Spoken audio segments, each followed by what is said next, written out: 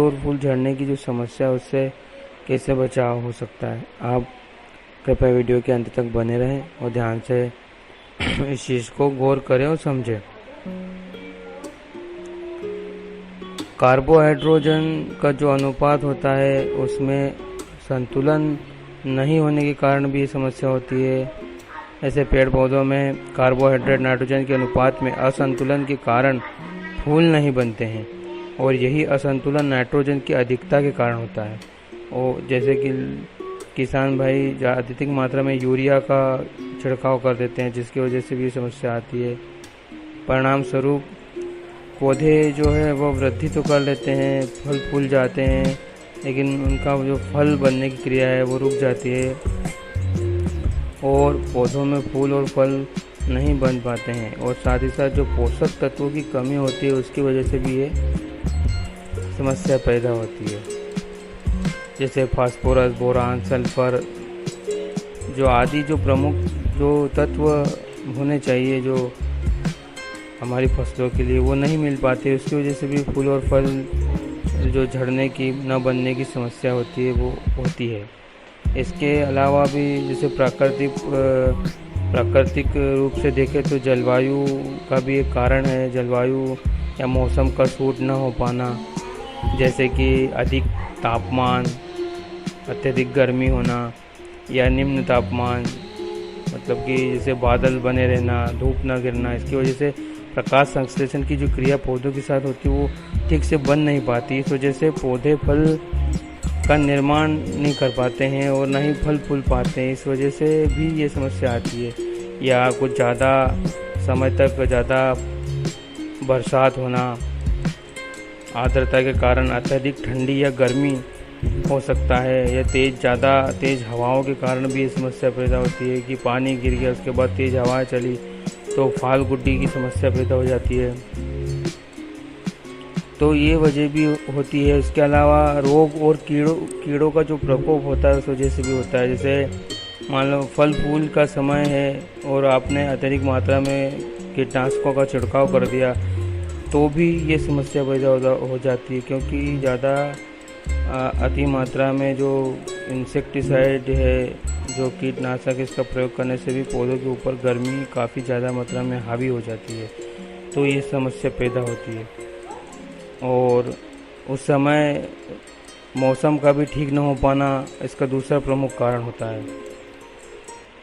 उसके बाद फूल आने के समय अत्यधिक रसायनों का जो छिड़काव होता है उसकी वजह से जो पुंकेसर होते हैं पौधों में, जो फूलों में, वो नष्ट हो जाते हैं तथा परागण की जो क्रियाएं होती है वो ठीक से नहीं हो पाती और परागण करने वाले जो कीड़े होते हैं वो मर जाते हैं। तो इसका जो परिणाम होता है वो ये होता है कि उनका द्वारा जो गर्भाधान क्रिया होती है वो हो नहीं पाती। इस वजह से जो ये फाल गुड्डी गिरने का, फल न बनने की जो क्रिया है वो ठप हो जाती है और यही समस्या हमको देखने को मिलती है और फल फूल नहीं पाते। तो इस समस्या से बचाव के लिए किसान भाइयों को चाहिए कि उचित समय पर ही जो आपका स्प्रे है वो या कीटनाशकों का जो छिड़काव है वो करें। पौधों में जैसे सिंचाई की व्यवस्था, अगर सिंचाई की आवश्यकता हो तो सिंचाई करें और नहीं हो तो उसको ज़बरदस्ती पानी देने की कोशिश ना करें। उर्वरक है तो अगर बारिश की मात्रा अगर ज़्यादा हो रही तो आप दवाई का छिड़काव कर सकते हैं, आपको कोई दिक्कत नहीं आएगी, क्योंकि उसे नीचे से जो पानी की आवश्यक पूर्ति होती है वो पूरी कर पाता है वो। और साथ ही खाद भी आप डाल सकते हैं। निंदाई गुड़ाई की समस्या तो खैर फल फूल के समय थोड़ा ठीक है, अगर अत्यधिक मात्रा में तो आप करवा सकते हैं, अन्यथा अगर थोड़ी कम है 10-20% तो कोई समस्या नहीं है। इसके अलावा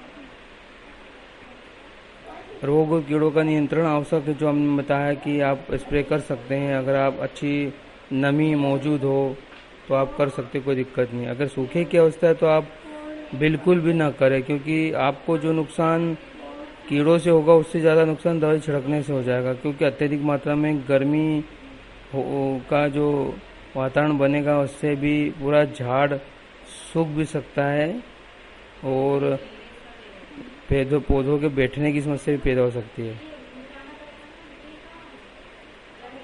और इसके अलावा जो कुछ फल पौधों की जो समस्या है उसके अलावा मैं आपको टेक्निकल कुछ बता देता हूँ। पौधों में मूल समस्या फूल झड़ने और गिरने की जो होती है वह उसके बचाव के लिए NAA की 20 से 40 ppm मात्रा का छिड़काव रोपा लगाने के 25 दिनों के बाद करना लाभकारी होता है। और प्लानोफिक्स एक जो बायर कंपनी का आता है वो 2 से 4 ml की मात्रा में 4.5 लीटर पानी में घोलकर ऊपर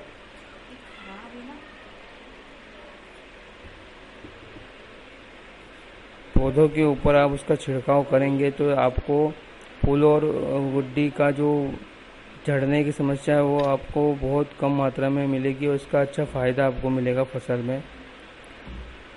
और नमी वाले जो क्षेत्र होते हैं उसमें ये जो प्लानोफिक्स है ये बहुत ही ज़्यादा कारगर साबित हुई है। अगर आपके फसलों में नमी अच्छी है तो आप प्लानोफिक्स का यूज़ कर सकते हैं। ये प्लानोफिक्स क्या है? प्लांट ग्रोथ रेगुलेटर है, मतलब PGR बोलते हैं इसको। तो ये पौधों में फल गुड्डी की समस्या को नियंत्रित करता है और अच्छा फल फूल बनाने में मदद करता है। तो इसी के साथ किसान साथियों, जय हिंद। वीडियो अच्छा लगा हो तो लाइक कीजिएगा और सब्सक्राइब जरूर कीजिएगा और बेल आइकन दबाइएगा। जय हिंद किसान साथियों।